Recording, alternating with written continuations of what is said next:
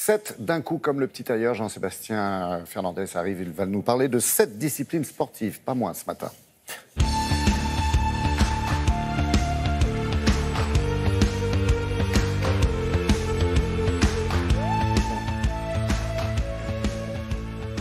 Bonjour Jean-Seb. Bonjour Laurent. Alors ça y est, c'est fait, fin du feuilleton. Exactement, cette fois c'est Mbappé donc qui va arriver à Paris, alors contre une somme de 180 millions d'euros, encore un chiffre assez incroyable. Alors attention, hein, c'est pas un transfert définitif, c'est un prêt pour l'instant. Mbappé qui quitte donc Monaco, Monaco qui a passé une sacrée raclée hier soir à Marseille à l'OM, 6-1, c'est un score de tennis a priori, 6-1. Allez, on va voir ce qui s'est passé, les meilleurs moments. Et d'abord Mbappé parce que ce garçon donc de 18 ans quitte donc Monaco, il va rejoindre Neymar au PSG contre 180 millions d'euros, je vous le disais. Alors il s'agit d'un prêt pour l'instant qui sera validé dans un an. Mbappé devient donc le joueur français le plus cher de l'histoire ce matin. Il sera à Paris dans la matinée pour une visite médicale. Monaco a donc joué sans lui hier soir contre l'OM et franchement ça s'est pas vu. Les Monégasques ont humilié l'OM 6-1. Voici les 3 plus beaux buts. D'abord celui de Glick, ici. Et puis voilà le premier. Puis celui-ci est pas mal non plus, signé Falcao. Inévitable Falcao de la tête. Ou encore, tenez, celui-ci, inscrit cette fois par Diakaby. Ce matin, Monaco, évidemment, est co-leader de la Ligue 1 avec le PSG. Les champions de France vont bien. Un peu plus tôt, regardez Angers qui affrontait Lille. Et ce sont les Angevins qui ont ouvert le score par Koulibaly de la tête. Ça va aller bien. Laurent, regardez, hop, un petit salto. Il est pas mal, celui-là. Les nordistes, ils ont réagi quelques minutes plus tard avec cette splendide frappe. Je vous laisse apprécier parce que franchement là, pleine lucarne partout entre les deux équipes. Guingamp 7e ce matin, Lille 13e. Allez, belle victoire également de Guingamp, qui recevait Strasbourg 2-0. Le premier but est inscrit ici par Diallo. Il conclut cette action côté gauche. Deuxième but guingampais, vous allez le voir sur cette nouvelle poussée à gauche. Et cette fois, c'est Jimmy Briand qui est à la conclusion. Cette victoire permet aux Guingampais de prendre un petit peu d'air dans cette Ligue 1. Guingamp 9e ce matin, Strasbourg 14e et c'était Angers qui était 7e donc, ce matin. Voilà pour le foot.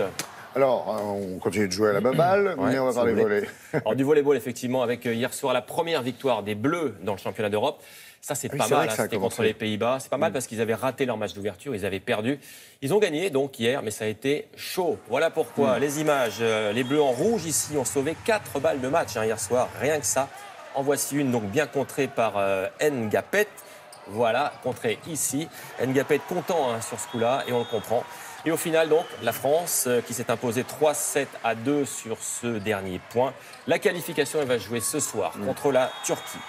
Allez, une autre équipe de France de basket, cette fois victorieuse de l'Allemagne. C'est un match amical, 85-79, avec notamment de jolis shoots comme ici à 3 points.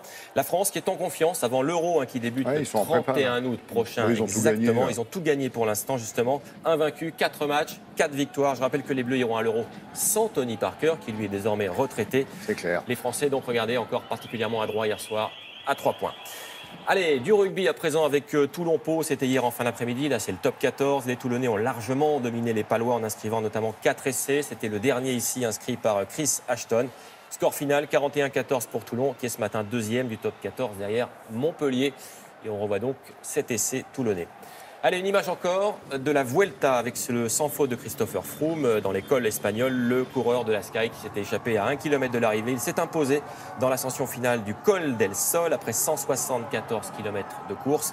Au classement général, il conforte évidemment sa position de leader, son maillot rouge, avec 36 secondes d'avance sur le Colombien Chavez.